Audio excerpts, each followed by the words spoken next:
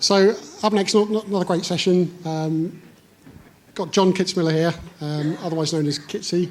The guy that brought you imaging is dead. Now gives you Agile Deployment for next generation. So over to you. Thank you.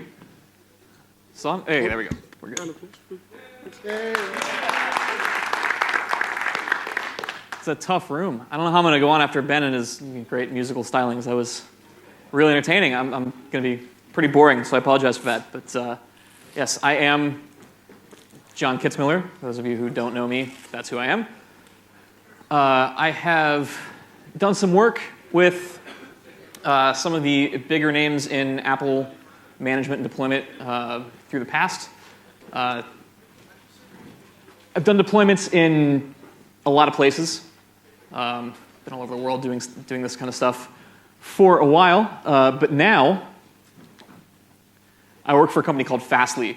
Fastly is based in the San Francisco Bay Area in the Soma district, for those of you familiar with San Francisco. We have a lot of very talented developers that work in our office. Lots of dogs. It's a very dog-friendly office, which is great. So a little bit of context on Fastly is it's a very very fast-moving company. Change happens quickly. Very developer-centric culture. So most people that I support actually know more about the operating system than I do, which is very interesting.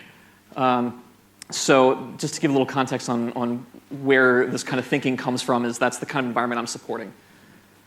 So for those of you who either were at Penn State or caught my talk from Penn State Online, this is kind of an extension of that. It's kind of a redo of that talk. If you didn't catch that talk, that's fine.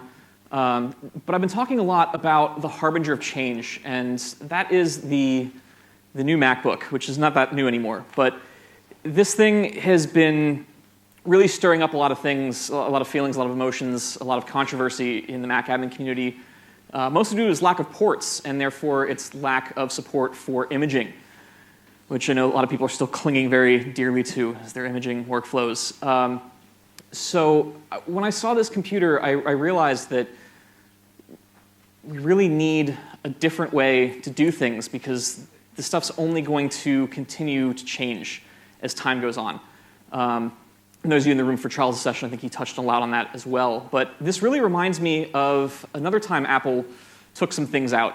Who remembers this and how big a deal it was when there was no floppy drive? And how are we ever going to get on without the floppy drive? There's no way this thing's going to succeed. It's going to fail because there's no floppy drive. What are we going to do?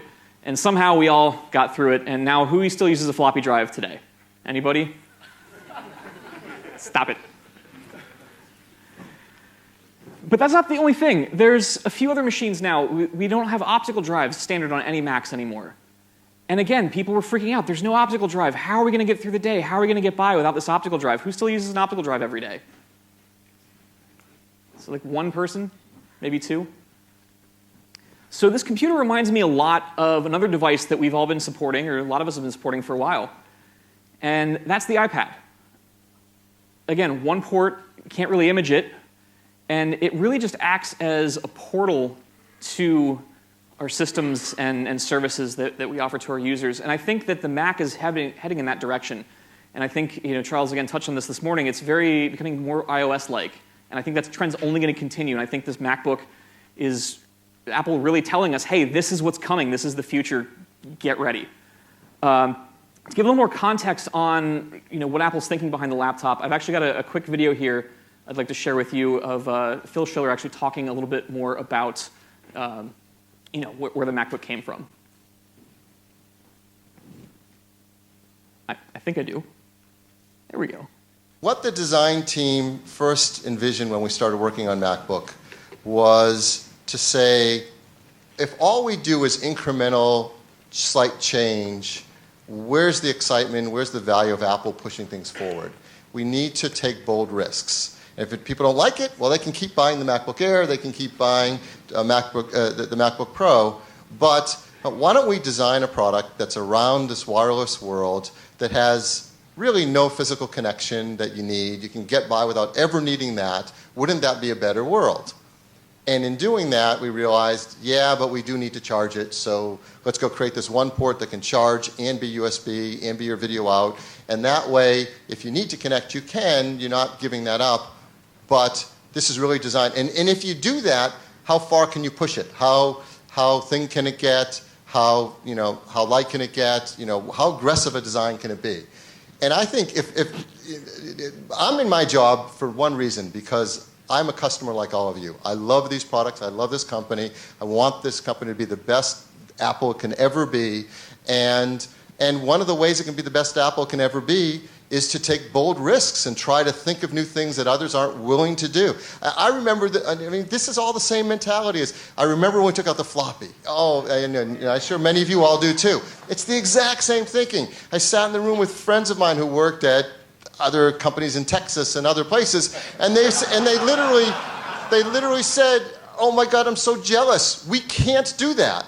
We can't do that. We can't take the risk because if the world is going to be risk adverse and doesn't want us to take away anything, then if Dell doesn't have a floppy but Toshiba does, they'll just buy the Toshiba. They're all the same, and except if you're missing one thing, no one will buy your stuff." You said, you're so lucky. You make something where your customers give you the opportunity to try something in a completely different way, and they listen to you when they try it. And if you have to adjust and make an external drive for a couple of years, great, you'll do it, but you get to make that change and move on.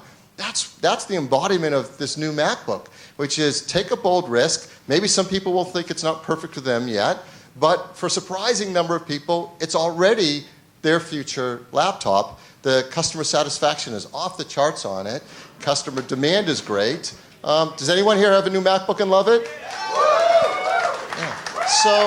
So that's the Apple I want. I want an Apple that's bold and taking risks and trying new things and being aggressive.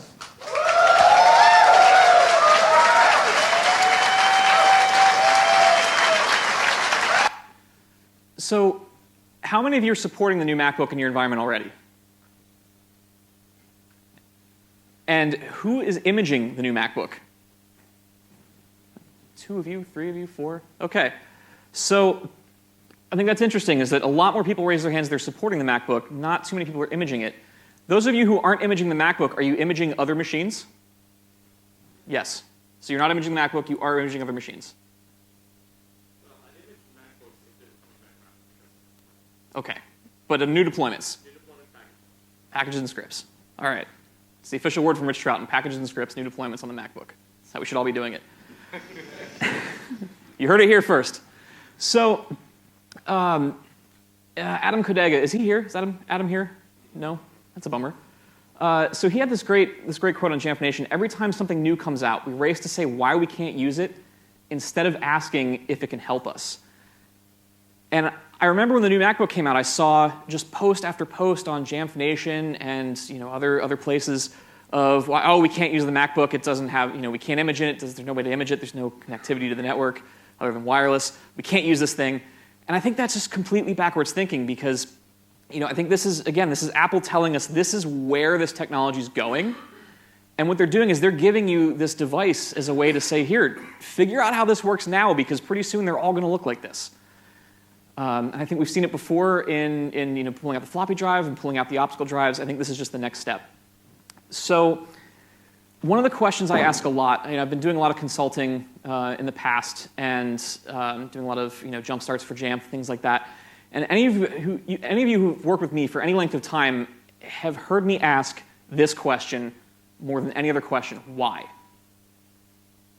So this is usually a response in a question that I get, which is, how do we bind this to AD, or how do we image this thing, or how do we get the antivirus software on here? My question is usually, let's examine why we want to do those things in the first place. And a lot of times this is the answer, and I think this is the wrong answer. If this is your answer for doing anything, you should stop doing that thing immediately, and really think about why you're doing it. So really, at the end of the day, we're not imaging computers because we want to image computers, right? We're imaging computers because we want a system that's ready to go for the user. And so after asking why, I started asking, what if? and I did this a lot at Fastly, is, what if we let our users be local admins? Who here lets their users be local admins?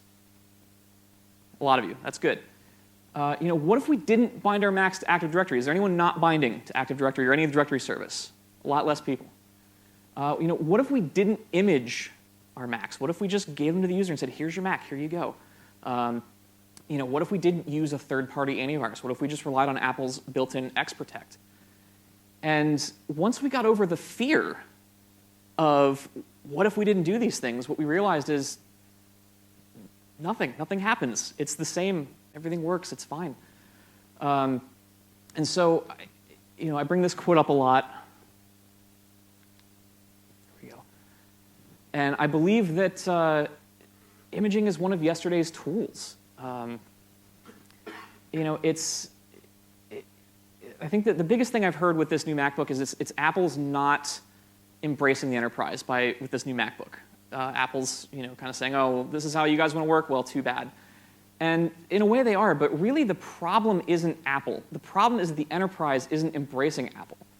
I think Apple's being very clear with the direction they're heading, and the enterprise seems to be fighting it kicking and screaming, which I think is kind of the wrong approach. So this thing's awesome. There we go. So my good friend Miles, I'm sure most of you know Miles. Wait, also think is not here. Is that correct? He's not here? Also a bummer. He had this tweet a while ago about enterprise bugs, and really it's the process that's the bug. There's nothing wrong with these devices. There's nothing wrong with these. There's nothing wrong with these devices, but the problem isn't the devices. The problem is the approach that we're all taking. And so out of a lot of that thinking, I came to this kind of idea of agile deployment. And what is agile deployment? Well, it's essentially just the idea of being able to move quickly and easily. So again, for some context, at Fastly, we are bringing on probably between 5 and 10 new people a week. So unlike in an educational organization where you've got your entire fleet of computers that you image in August, and then you don't touch them again until next August, so having to rebuild your image and do everything over again, that's not a big deal if you have to do it once a year. But at Fastly, we need to make sure everyone has the most up-to-date stuff right out of the gate. And so if we're only doing 5 to 10 machines a week, then as soon as a piece of software is updated, as soon as the OS is updated, we've got to completely rebuild this image and completely rebuild this process. And quite frankly, I just don't have the time to do it. So what we did instead was came up with this idea of agile deployment, where we started leveraging some of the things Apple had to offer, like DEP, and we started leveraging things like auto package to kind of automate this entire process for us, so that when an employee comes to Fastly, all we have to do is hand them a laptop, and that's the extent of our involvement. Everything else is automated behind the scenes. So kind of the key to this is keep it simple, right? I think everyone's seen this at some point. I'm sure everyone's lived this at some point. I think that the more you go in to try and change the user experience and try and make things the way you think they should be, I think a lot of times really all you're doing is saying, this is the way I like it, and I think everyone else should use it this way. So kind of the core to this whole concept is to keep it simple. Ask yourself, every decision you make, everything you change, why am I doing this? What's the point? Does this really matter? Is this really necessary? And the more I've asked myself that question, the more I've found that, no, most of this stuff really isn't that necessary. So that's kind of the one core concept of this. But the other core is, to borrow from Rich Troughton here, let the robots do the work. So use things like auto package. We're using Apple's built-in recovery partition and a caching server to re-image computers when they cycle back around, because, again, I don't have the time to rebuild an image every time the OS revs. So we let the robots do the work for us. And so what we did at Fastly in a very short amount of time, I think about 3 months, we were able to take the user deployment process from looking like this, a bunch of computers lined up. Whoever has that T there should be ashamed of themselves for being that close to the computer. But I think that's mine, actually. But this is what the process looked like when I got to Fastly. We had this guy, Shakur, he's on our team, and his entire job was doing this for our new employees every week. This is all he did. And for those of you who know me or have seen me talk before, you know how I feel about imaging. So I said, we got to get rid of that. We got to get rid of this process, because it wasn't just about imaging the computers, but it was about the time it took to maintain those images, and how, even with the best intentions and trying to keep up with things, we were still deploying stuff that was outdated. So what we were able to do was leverage DEP and leverage AutoPackage and create this system where really all we have to do is hand the machine to the user. I keep saying that, and it's true. This is what the user experience looks like now at Fastly when they're handed a new computer. You can see this is DEP for those of you who hadn't seen it. And what's happening now in the background is it's connecting with our JSS and enrolling in MDM. The user goes through this, and we do encourage them to sign in with their Apple ID.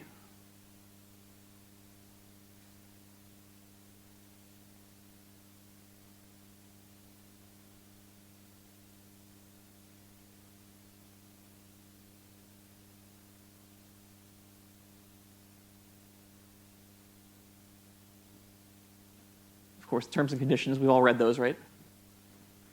I'm not a fan of the iCloud account personally, but that's just me.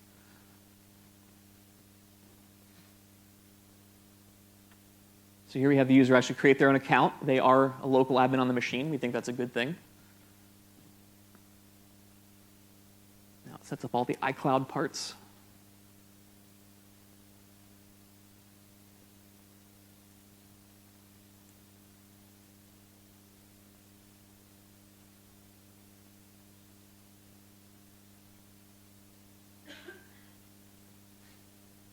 And what's going to happen now is the user is going to be launched into the desktop like normal, but there's still a few things that we have to do.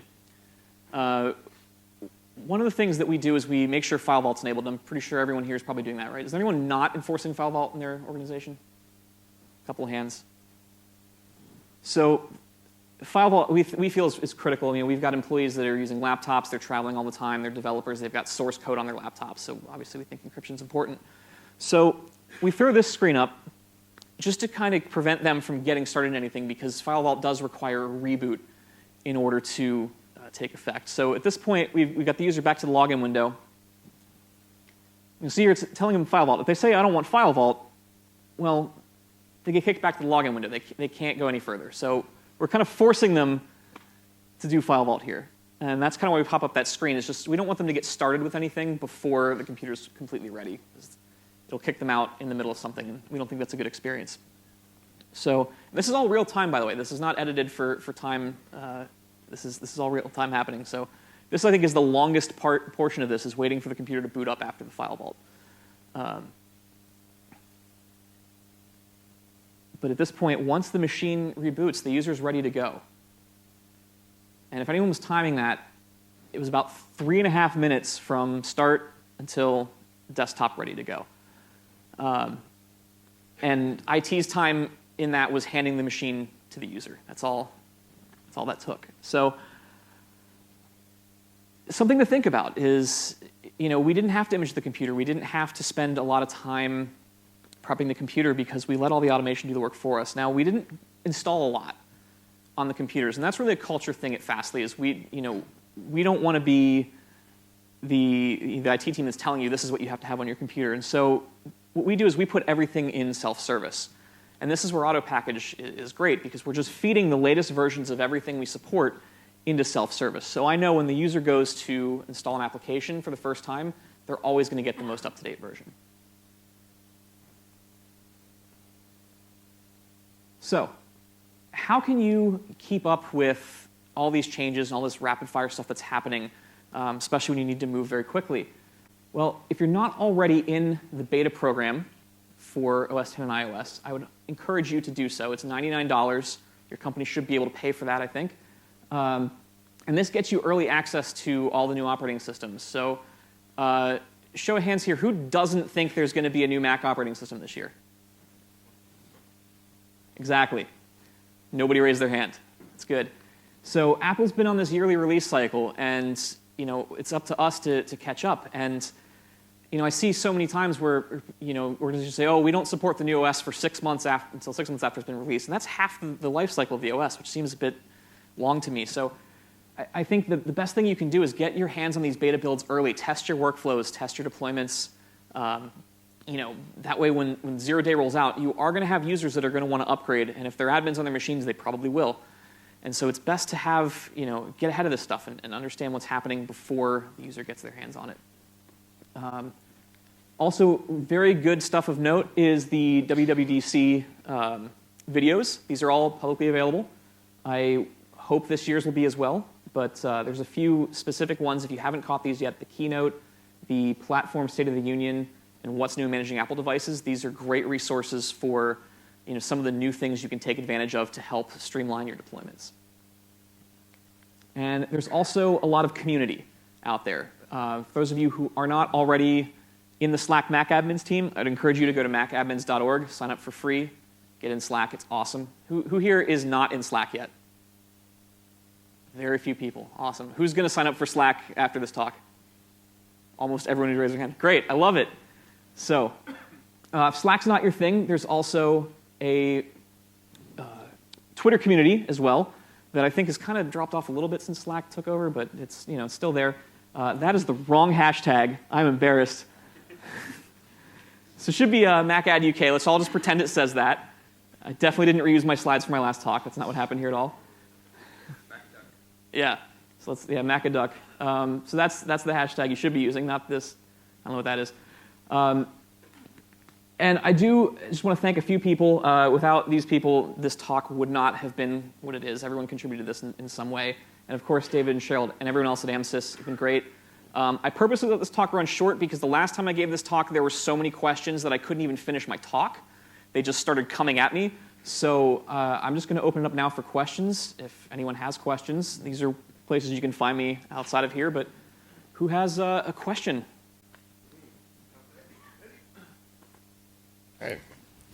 Hi.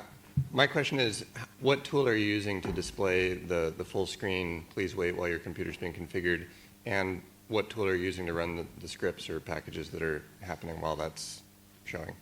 Good question. So everything in our environment is Casper-based. So we're actually just using Jamf Helper for that full screen window. Cool. And then Casper's running in the background. It's basically just a script that's calling a bunch of policies via custom triggers. Have you ever had any problems with people pressing Command Q and that goes away? We haven't, because it's only up there, as you saw, for about 30 seconds. So by the time someone thinks to try to do that, it's usually over anyway. Okay. We haven't actually seen that come up yet, but I'm sure it will at some point. But really, the only reason we bring that window up in the first place is to just kind of discourage the user from starting using the computer and then logging them out. So really, if they started using it, nothing bad would happen. They could still use the computer. It's just they'd get abruptly logged out when the process is done. So it's really more of just a user experience thing than a we can't have them touch anything yet thing. There's a question up there. Go for it. Almost. Thank you. Firstly, actually, with the Command Q thing, you can call upon the ARD lock window, so then it locks that out for them as well. With DEP, it's amazing. But one thing, there are two limitations we've found. One is on LabMax. Obviously, we want to be using VPP and device-based distribution of apps, but we're finding that if you make a temp account and then after the user logs, after it's all imaged and we create the admin account that is standard, the MDM side of things stops working with DEP. So although, DEP's brilliant. At the moment, we're finding with LabMax, it's proving to be a bit of a hurdle. And also, what would your suggestions be on how to, in an 802.1x Wi-Fi, how to get DEP being friendly? Because it's not. You're absolutely right. And that's kind of the biggest hurdle, I think, with DEP is getting past that requirement of having an internet connection. So obviously, if you start up without an internet connection, DEP can't do its thing. So what we're doing at Fastly is we actually bring everyone into a room for their first day for orientation, and we have Ethernet available. And we just have everyone plug into Ethernet for this first process, then we take the Ethernet away once they're enrolled and they're in Wi-Fi. So that may work for you, it may not, but really you've got to get to the internet somehow. So even if it's just creating a temporary open access point that doesn't have access to your network, just out to the internet and to your device management server, whether it's Casper or something else. You've got to have something there. So I've seen the Ethernet thing. I've seen the open access point that just gets you onto the internet thing. But you've got to have something there to get onto the internet. And 802.1x can be kind of iffy at that login window or the setup assistant Wi-Fi. It doesn't always work too well. So I'd encourage you to look into one of those two options. Yeah, thank you. Yeah, who's next? Just 2 rows down. Yes. So it's obviously quite interesting. You've got a mainly developer user base, so you're kind of trusting them to click all the right boxes and yes, no, don't sign up to iCloud and tick all the right things. Every time we tried to do anything even remotely like that, we would get a phone call from that user, per screen, per tick box, asking what they should click and what they should do. So we always start out very, very, oh yeah, we'll let the user do this, and then we end up building more FAQs, and then we end up building more video training, and then before we know it, we think this is actually quicker just to do this all ourselves.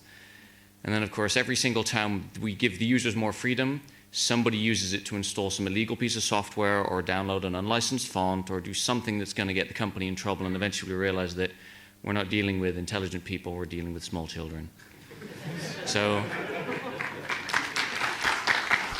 unfortunately, that's the biggest challenge I think that we've got to that kind of complete deployment solution at the moment, is just that users can't be trusted to figure the basic stuff out themselves. And every time we try, every time we think, well, just give them one more chance. No, they can't do it. So I guess the question is, how would you handle it if you were deploying to small children? Yeah, that's a good. So the snarky answer would be get new users, but obviously that's not really going to fly. I think the interesting thing about that is that's not really a technology problem. It's really a people problem, and especially the bit about users installing illegal software. I got asked a lot when I was doing consulting, and I still get asked a lot. How do we keep people from doing things that we don't want them to do? We need technology blockers for these things we don't want them to do. And my answer to that is always, what do you have in place that prevents an employee from punching another employee in the face? Or what do you have that prevents an employee from taking computers and walking out the door and never coming back? There's a certain level of trust there, and the expectations are set ahead of time that say, these are the rules, these are the things we expect you to do. And if you break the rules, these are the consequences. And I think technology is no different. I think it's very important to set an acceptable use policy up front with your users and say, this is what we expect of you, this is what you're allowed to do, these are things you're not allowed to do with your technology. And if you break these rules, there will be consequences. And then following through on those consequences, I think, is very important too. So I think what you have there is kind of half technology problem and half not technology problem. And so, and again, I'm very lucky. I work, again, with people who are much smarter than I am and know what they're doing, so I don't have to do a lot of end-user support, which is great. That may not be the case in every organization, and maybe in your organization, you're absolutely right in that, imaging might take less time for you because you don't have to take those phone calls. But I would encourage you to try to find ways to make stuff like this work for you, because I don't know how much longer imaging is going to be a viable solution given the state of the Mac and where Apple's going. Cool. Thank you very much. This gentleman right here has had a question since the very beginning. Let's see if we can get him in. Thanks. One of the things that we always struggle with our users is the licensing for personal and commercial use with stuff that's on the Mac App Store and the iOS App Store. Mm-hmm. I was wondering how you get around that. If you're letting every user be a local administrator, obviously they could sign into the Mac App Store and purchase paid apps and use it for them personally, but on a business-owned machine for commercial purposes. Sure. And potentially install it on more than one machine rather than buying multiple licenses. Yeah. And how you get around that sort of thing. That's a real big gray area, isn't it? Yeah. So, what's it? It's not? Apple changed the terms and conditions of the App Store 2 years ago, and you deploy corporate license to Mac nowadays, either by assigning a VPP license to the user or by assigning a device license that is licensed for that user or that device. With 10 onwards, you anyway don't need to be an admin and use the App Store one day. And if you sign with a private account and install the software, that is also licensed even for corporate use.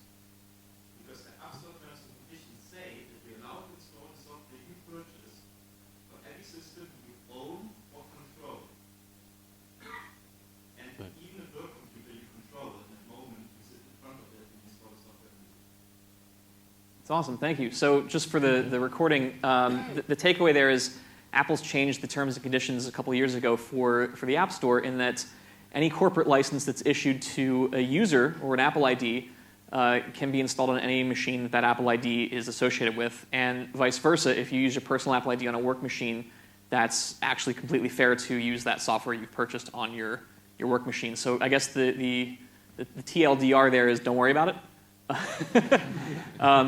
I can tell you what we're doing at Fastly is we're using VPP to assign apps to users that need them. And then we're encouraging everyone to use their personal Apple ID. We always get that question when we're setting up, should I use my personal Apple ID? Should I make a new Apple ID? And my answer is always, do whatever you want. Whatever makes sense to you, whatever you're comfortable with. If you've got apps that you want to use from your personal Apple ID, use your personal Apple ID. If you want to keep things completely separate from work and personal, then create a separate work Apple ID with your work email address and use that. Really, it doesn't matter. The important thing is that the apps get to the user in the first place. So I don't know if that answers your question. We kind of got... No. Kind of way around it there, but that's... One of the issues we found originally, before Apple changed the licensing and then changed it again, obviously, yes. but was somebody purchasing a piece of software from the Mac App Store or wherever, using their personal ID, then claiming it back through work as an expense. Mm-hmm. But then a week later, they leave the university, and then the new person starts, and the university has to buy that software again from the new person. But because that other person owned it, because it was assigned to their Apple ID. Yes, and VPP gets around that completely because you control the licenses now. You can take them back when the person leaves. Mm. So that's the other part of what we do is as soon as a user leaves the organization, we don't have a lot of turnover at Fastly, which is nice. But when people do inevitably leave, we just revoke the licenses, and now we can reuse them for someone else. Yeah. Okay. Cool. There's one over here. It's going to be a long throw. Thank you. So, picking up on these calls, I manage about 44,000 Macs. Is that all? Yeah. And we image, we have two images. We have a fat image, which we call, so basically there's an auto DMG OS X image go on, and then we layer on top. And a new machine that comes in out the box, we just layer. I can build a machine in 4 minutes. If it's layered, and if it's a full install, it takes about 15. So I don't really see the benefit of DEP and VPP in that kind of scale of user base, because it's more of an administrative task to keep up on the VPP licensing and allowing a user to have a piece of software and not, as opposed to putting it into self-service, which is what you're doing. Mm-hmm. We're coming around to the question I really want to ask is, you're file vaulting your machines. Yes. So you obviously think your data and your source code is important. Yes. But you're giving your users admin rights so they could decrypt the machine, which has happened. That can happen. Yeah. You're also allowing them to go into iCloud so they could store your source code at Apple, which you'd have no corporate agreement with to call that data back. You don't have a local admin, right? Local admin account because you've given the user the ability to be an admin. We do still have a local admin account. Oh, you didn't say that in your build. Okay, so my question was, how do you get your data back off of a machine if you have a disgruntled customer user that leaves? So yeah, say someone leaves, doesn't give us their password, that kind of thing. Yeah. So we have a couple options. We do have a local admin account that we keep on the machine. That obviously if the user's an admin, they can remove that, but through Casper we can put it back, so it becomes this cat and mouse game, or this whack-a-mole game. But we also escrow the Filevault keys, so part of the reason... Right, so you've got a lot more going on than you've actually let us know. You've got a lot more going on than Pay no attention behind the curtain. That's what I'm saying, so you've got escrow keys going on, you've got a local admin account going on, so it's not quite as open and free as you're making out. You still have that corporate element going onto your machine. Yes, but it is all automated. It's all happening. It's something I've set up. The takeaway here isn't don't manage your machines. The takeaway here is find ways to automate everything. Mm-hmm. And so all that stuff happens, but it's all automated in the background. I don't have to actually do it. It's just I've set it up once and it's taken care of. Well, I mean, your comment about making a new image, for example, and DMG takes 5 minutes. New OS version comes out. Put that into Casper. Quickly change your workflow. There you go. Yeah, and if you're doing the level of the amount of machines that you're doing, that might make sense for you. In my environment, where I'm doing 5 to 10 a week, it's the percentage of work. the ratio of work I have to do to keep that updated compared to the number of machines that's going on is very high. And so for me, it doesn't make a lot of sense. No, so flipping back, I don't think imaging is dead. And that's what you're saying, imaging is dead. I think imaging has its place depending on the scale of your business. I would agree that imaging does still have its place today, but I think that anyone who thinks that imaging is going to be around indefinitely is lying to themselves. I think there's going to be a time when we can't image OS 10 machines. They're going to become more iOS-like. And so I think personally, I want to be ahead of that curve, and I want to know what I'm doing now for when that day comes versus having to try to catch up when it's inevitably here. I'm certainly not saying it's the answer to everything, but it's just a good tool. It's just a good tool. And it's new. It's new, but it's definitely Apple saying like this is where things are going, and that's kind of the takeaway what I want to take from here is not go home and throw out all your images now and start using DEP tomorrow. It's just this is where things are going, and don't be surprised when this is the only option we have, or not the only option, but the standard option. And don't forget where you're purchasing, your supplier has to be DEP registered. Yes. So lots of places out as you start going more out towards the Asia region are not. So DEP is not even an option out there yet.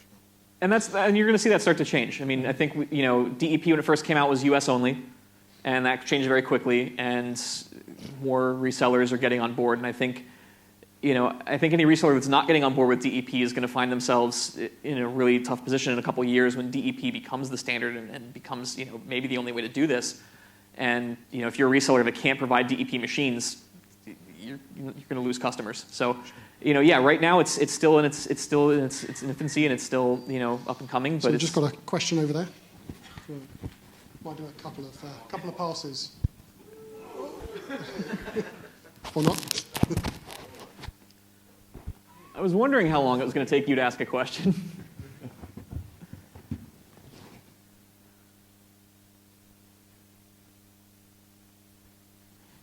So this actually goes back to the folks who were talking about purchasing license and managing license and everything like that. In my shop, less a question, more of a comment.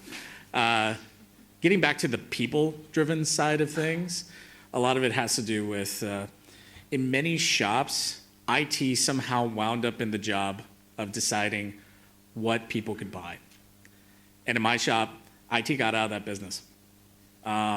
We told the various labs and departments that we support, well, we didn't tell them, someone else above us told them, you guys make those decisions. It comes out of your budget. You want to buy a new machine? Work with IT. They'll figure out with you what's the best thing you need, but it comes out of your budget.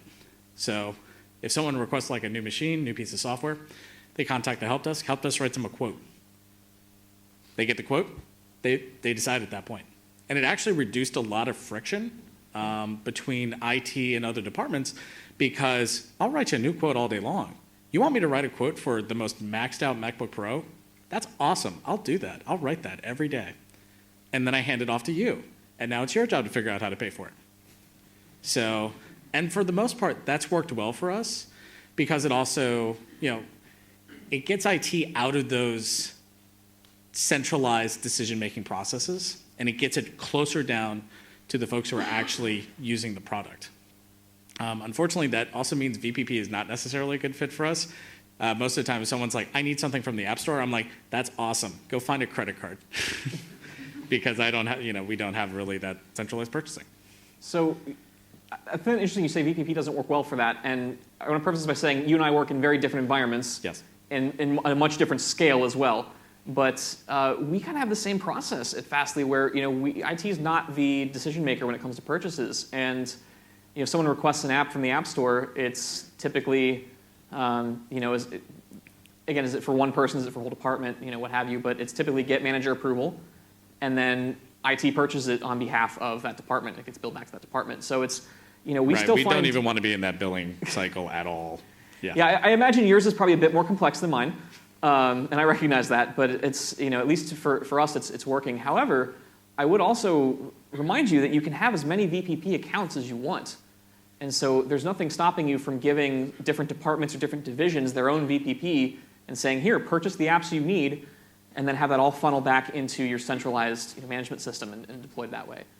So there's definitely still some overhead there for sure. Yeah. But it can take some of the burden off of you. Right. I mean, for us, the easiest way to manage has just been like, go find your department's purchase card and buy it under your own Apple ID, or if the department wants to set up its own Apple ID, we don't care. Yeah, and if that works, and your organization doesn't mind giving up the licenses if someone leaves and the app's been assigned to their Apple ID, that's fine.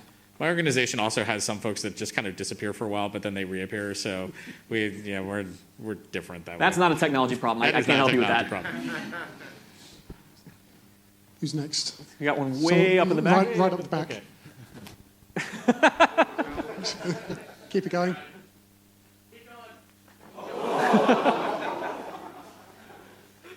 Can't watch. Almost. There we go. Teamwork, everyone. Teamwork. I'm coming at this kind of from the opposite end of the scale to this gentleman down here. I have 30 Macs. And so I'm feeling like a very small fish here today. A lot of our deployment doesn't involve software, doesn't involve the App Store because it's things that just aren't available on the App Store, like Microsoft Office. So does this automation system take care of that sort of thing as well? When you say this automation system, this thing that you were just describing. So I think it's important to point out, I think I may have assumed a few things about the audience here, in that the system I'm describing is actually a lot of things happening at once. So it's, DEP, I think the biggest misconception I've got from DEP when helping other organizations roll this out is that DEP doesn't really actually do anything other than enroll a device into your preferred device management solution. So, DEP itself isn't installing packages, it's not making configurations happening, it's just a way to get the machine enrolled, and then from there your management software can take it on. So we're using Casper at Fastly, and Casper's kind of taking care of all that other stuff in the background. So really it's just, DEP gets it into Casper, and then Casper does all the fun stuff. Right. For 30 machines, Casper's really expensive, which I think was where Bushel came into play for environments where where 30 machines, you're not quite at the point where it's time to spend the money for Casper, but you still need something. Bushel's a good alternative, and then there's also the open source stuff like Monkey could also be a great. Are you using anything now? Only OSX Server and Profile Manager. Okay. But in terms of when we get a new user or a new device, then we're setting that up manually at the moment. And it takes half a day. Yeah. And half a day is pretty quick for that kind of stuff in my experience. So, I would encourage you if you have budget to look at something like Casper or Bushel. If you don't, look at Monkey even if you have budget, because Monkey's still a great solution. There's tons of other stuff out there, but find something, anything to help you automate that process for sure. Thank you. A question just down at the front. Look out.